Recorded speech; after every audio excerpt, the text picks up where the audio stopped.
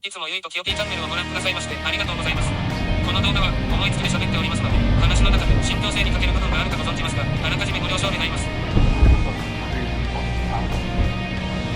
や、今回はね、何？今回はこのオートマについてちょっと喋ろうかなと思ってて、そもそもなんでうちがこのオートマの車買ったか分かる？私がミッション持ってないから。そうなんです。ゆっぺがオートマ限定やから分かったのが第一なんですけど、ゆっぺがオートマやけどミッション買うっていう手もあったけど、オートマを買った決定的な点は、まあ、ゆっぺがオートマ限定やねんけど、その他にいろいろ考えて買った理由としては、まあ、初期投資はこのオートマの方がちょっと高いねんけどな。新車買う時はその何万か高いです、オートマの方。そうなの。なんでまあオートマがいいかっていう話なんやけど、実はこれお金かからへん。買ってからが。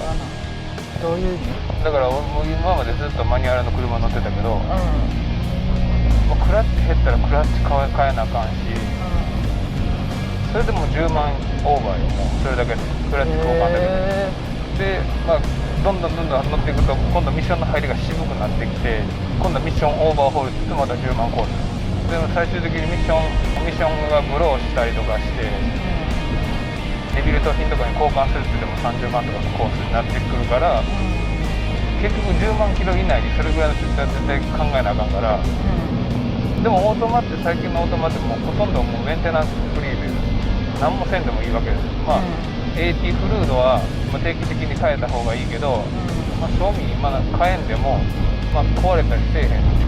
AT フルートって何？ AT の作動油。AT 作動油。油？まあ、エンジンオイルっていうのはオイル、これは潤滑油からオイルっていう。AT フルードは同じ油でも作動油やからフルードっていうんやけど、まあ、それも汚れてきたらなんていうんやろうな、シフトショックが大きくなったりとかいうこともあるから、まあ、定期的に変えた方がいいんやけれども、そんなにお金かからないので1万円とか1万円そこそこで交換できるから、それでも2万キロとか交換するからそんなにお金かからんけど、マニュアルのミッションが壊れたらえらい買ってくる、維持費がかかるから、その面ではもうオートマがいいなと思うので、そんなん知らんこと。そう私でもあれやで、ミッションで取ろうとしてんで最初免許。あ、そうなの。ミッションで免許取るのがなんか、マニュアルだ。マニュアルで取る方がなんかかっこいいやん。カシャカシャカシャカシャ。そうかっこいい。でな、そう思って取りたいなと思ったんやけど、それを言ったんや、免許取る時に親に言ったら、女の子やからそのわざわざミッションとかマニュアルとか取らんでもな、トラックとか大きい車に乗るわけじゃないしな、女児の子はちょっと高かったんよ。だからな、必要ないからオートマでいいやんって言われて、でオートマでもうそうかと。まあそれも一つの考え方ですね。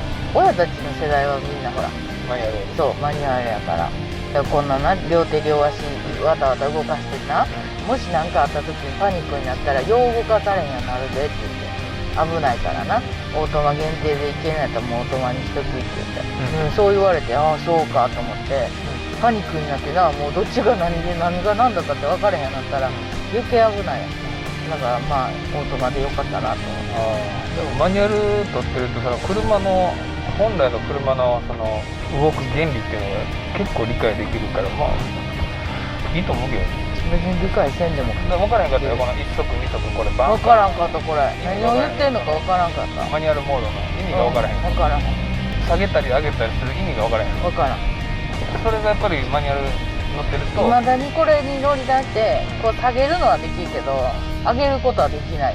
そうや、これを完全にマニュアル、このドライブからマニュアルモードにして、うまいこと運転することは難しいはずです。難しい。車でパワーの出方とかあるから、回転数によってね、うまいことそのパワーと燃費のバランスのいいところを自分で拾って変速していって運転するのが、まあできることが基本なんやけど、あとスポーツ走行もまた違ってくるからね、パワーと燃費を両立するんじゃなくて、どっちかといったらパワーの出るような回転を拾って運転するのがスポーツドライブになってくるから、あと逆に燃費のこと考えすぎてパンパンギアを上げちゃうとエンジンに負荷がかかってしまうから、まあ、良くないっていうのもあるし、下げるのはいいの？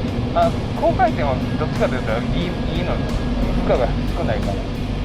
たまには高回転でエンジン回さないとエンジンも調子よくならへんから、この AT のとこほんまにこのマニュアルモードに急にできるとこドライブに入れたまま変速が可能ってことよね。バンバンって下げれるし、マニュアルモードにしとってもこれ実はってレッドゾーンまでいったら勝手に変速してくれるからね。壊れることもないしね。オーバーレブせえへんからさ、マニュアルやるとシフトミスったらオーバーレブするからエンジン壊れたりとかいう原因にもなるしね。そういった面ではエンジンにもいいしミッションにもいいという。でもこの赤いとこまで行かそう思ったらブーって飛ぼうとするやろ。これ勝手に赤いとこも行かへん。もう絶対行かへんからね。そんな稜線は怖い。コンピューター買えへん限りは雨の日は無理やん。やっちゃったらハンドルがもう全然違う。っていうかせえへんから雨でも雨じゃなくて。そうやろこせえへんよ。安全運転で行くよ。危ない。怖いな。れ。それはせえへん。俺もせえへん。嘘、ほんまか？せえへんな。せえへん。でもな、オートマいいんやけどね、デメリットもあんのよね。マニュアルほど楽しくない。これマニュアルモードついてるからまだマシな方やね。サービスついてても自分で変速できるからまだその辺は楽しいけど、あとあれやね、マフラーというかエキゾーストサウンドを自分でコントロールできる。わかる？